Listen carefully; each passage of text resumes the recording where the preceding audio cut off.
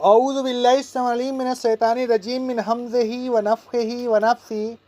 बिस्मिल्लाहिर्रहमानिर्रहीम। सफ़ेद तागा और सियाह तागा। रोज़ों की रातों में अल्लाह तबारक व ताला ने उन तीनों कामों की इजाज़त दी, तो अब उसने उन तीनों कामों के और रोज़ों के हुदूद भी मुकर्रर फरमा दिए।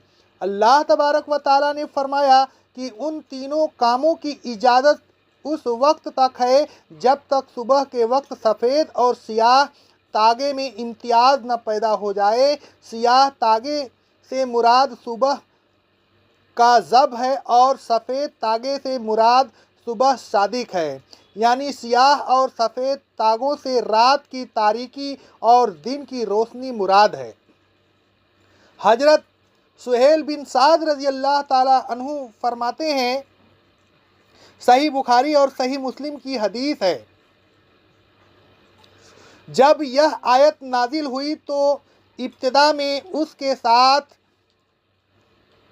मन्नल फज्र के अल्फाज नाजिल नहीं हुए थे।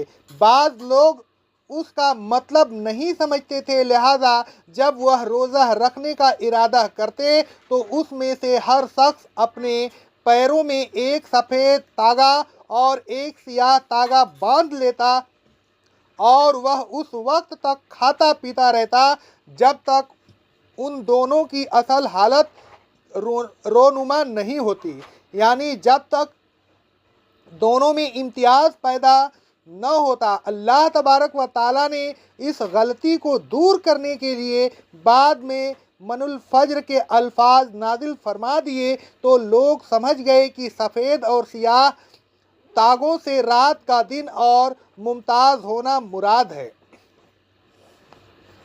हजरत अदी बिन हातिम रज़ी अल्लाह ताला अन्हु जब इस्लाम लाए तो बावजूद मनुल फज्र के अल्फाज के सफ़ेद और सियाह तागे का असल मतलब नहीं समझ सके।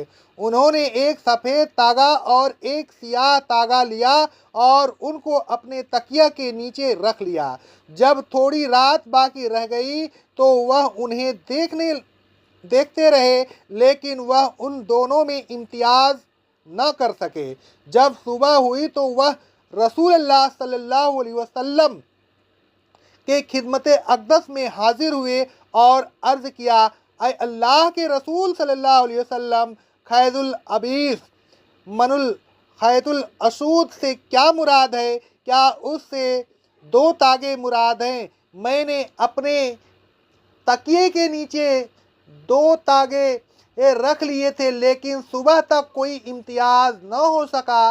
रसूलुल्लाह सल्लल्लाहु अलैहि वसल्लम ने फरमाया, अगर तुमने अपने तकिए के नीचे उन दो तागों को देखा और सफ़ेद और सियाह तागे तुम्हारे तकिए के नीचे आ गए तो फिर तो तुम्हारा तकिया भी बड़ा अरीज़ है और तुम्हारी गद्दी भी अरीज़ है। फिर आप सल्लल्लाहु अलैहि वसल्लम ने फरमाया, यह मुराद नहीं बल्कि उससे तो रात की स्याही और दिन की रोशनी मुराद है। यानी जब रात की स्याही और दिन की रोशनी मुमताज़ हो जाए तो रोज़े का वक्त शुरू हो गया और खाने पीने वगैरह का वक्त ख़त्म हो गया। सही बुखारी और सही मुस्लिम की हदीस है ये। रसूलुल्लाह सल्लल्लाहु अलैहि वसल्लम फरमाते हैं, सही बुखारी और सही मुस्लिम की हदीस है, कोई शख्स वैसे ही न कह दिया करे कि सुबह हो गई, सुबह हो गई, बल्कि सुबह उस वक्त हो गई जब इस तरह हो जाए। फिर आपने अपनी उंगलियों से इशारा किया, उनको ऊपर की तरफ उठाया, फिर उनको नीचे की तरफ झुकाया, यानी दोनों शहादत की उंगलियों को एक दूसरे के ऊपर रखा। फिर उन दोनों को दाहिनी तरफ और बाईं तरफ फैलाया, यानी आपका मतलब यह था कि सुबह उस वक्त होगी जब रोशनी इस तरह फैल जाए। सही मुस्लिम की रिवायत में है कि आपने अपने दोनों हाथों को फैलाया, फिर आपने फरमाया, वह फैल जाने वाली रोशनी है मुस्ततील, यानी लंबी धारी नहीं है। तुम्हें सफ़ेद रोशनी धोखे में न डाले। सुबह सादिक उस वक्त तक नहीं होगी जब वह रोशनी फैल न जाए, यानी जब तक सुबह बिल्कुल जाहिर न हो जाए। मंदरजा बाला अहादीस से मालूम हुआ कि जब तक सुबह की रोशनी अक्साए आलम में फैल न जाए, उस वक्त तक रोज़े का वक्त शुरू नहीं होता।